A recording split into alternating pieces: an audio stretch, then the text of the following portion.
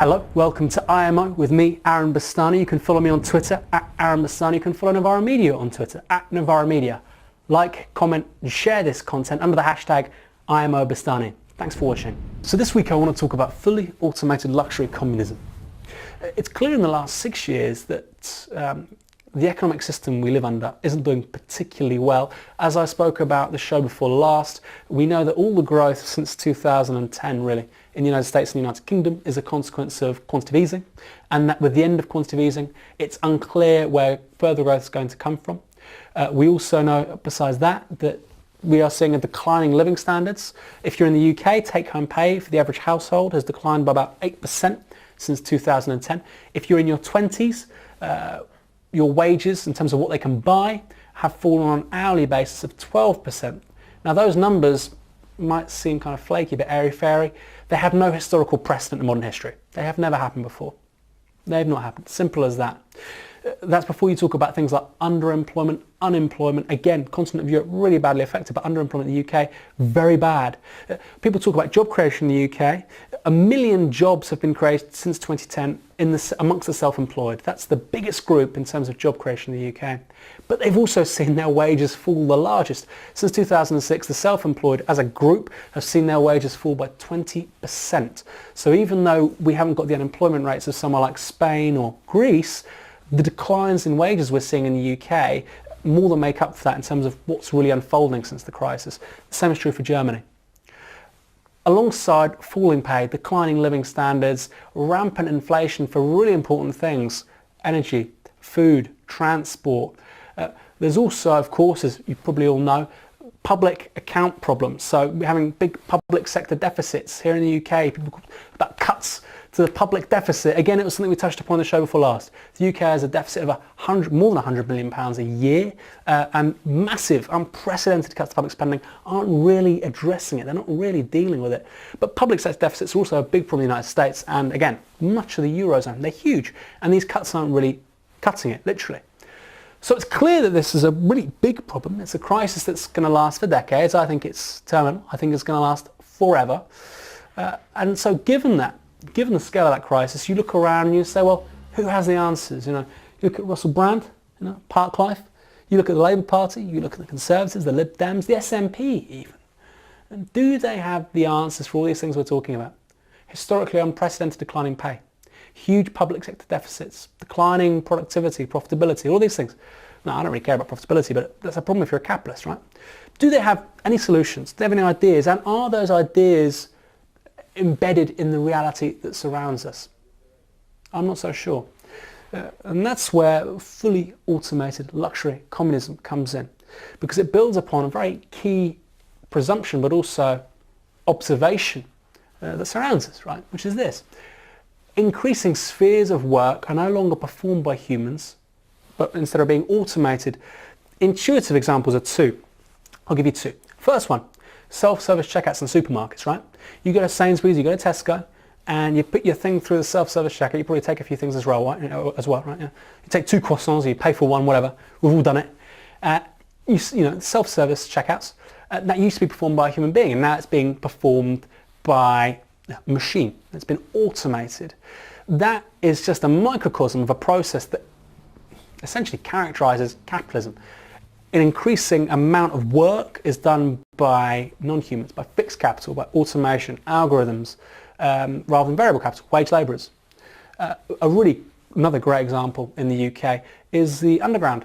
So at the moment there's this huge debate about automating the tube system. London Underground system, right? Driverless trains. And driverless trains will obviously happen at some point in the 21st century. Question is when they'll be safe enough. I mean, they will obviously at some point be probably safer than what we currently have. That will probably happen at some point. The question is when, obviously. So there's this big debate about automating the tubes. And in my view, automation, when it serves people and not profit, is what we call progress. The problem is, under capitalism, it's not about serving people, it's about serving profit. It's about increasing profitability. It's about cutting costs. It's not about cutting the hours worked by people, increasing people's leisure time, and that's what it should be about, right? So if you automate the tube, it shouldn't be about making thousands of people redundant. It should instead be about saying you get the same amount of pay, but you now work a 10 or 12-hour week. And those are trends throughout the economy. And in the next several decades, there's a bunch of studies out there which say, look, we basically aren't going to have enough jobs. Everything's being automated. You've got algorithms making trades on stock exchanges, and then you've got algorithms writing about these algorithms making trades in Forbes magazine. Algorithms writing about algorithms. And that's just the beginning. So when we talk about drones, automated distribution, driverless cars, automated agriculture and so on and so forth, the question is, how many jobs are there going to be?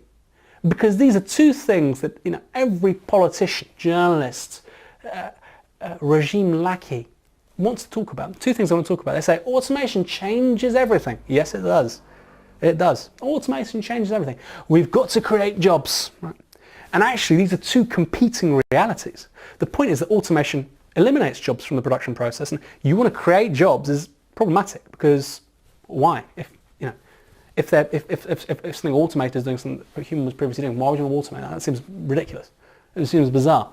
It's like saying job creation. Let's smash up all the tractors and get people out to cut the fields themselves. This is nonsensical. Who'd want to do that? So the kind of imperative behind fully automated luxury communism is this. You recognize the reality of capitalism and you say, well, look, this actually creates the possibility for massively reduced work, a post-work society, if you will. So it's quite clear to me that if you look at the trends, this decade, the next decade, there's no reason why we couldn't have a 10, 12, 15-hour working week. And that could be expedited either through a massively increased minimum wage, guaranteed social wage, maximum working week, maybe a combination of all three. So you'd be working 10, 12, 15 hours a week. Now, what does that mean? 10, 12, 15 hours a week. A lot of people out there will say, well, that would just be terrible, be awful. People would just be sitting on their asses doing nothing. Oh, maybe they would, I don't know. I don't think most people would actually. I think most people would see their humanity, their creativity unleashed. I mean, imagine, you work a 12-hour week, and what do you do the rest of your time? You don't just have one career, one vocation, one language, one life. You have, half a dozen. You could retrain as a mechanical engineer, as a neuroscientist, as a chef, as a carpenter, as a painter and decorator, as a personal trainer, as a car mechanic, as an astrophysicist.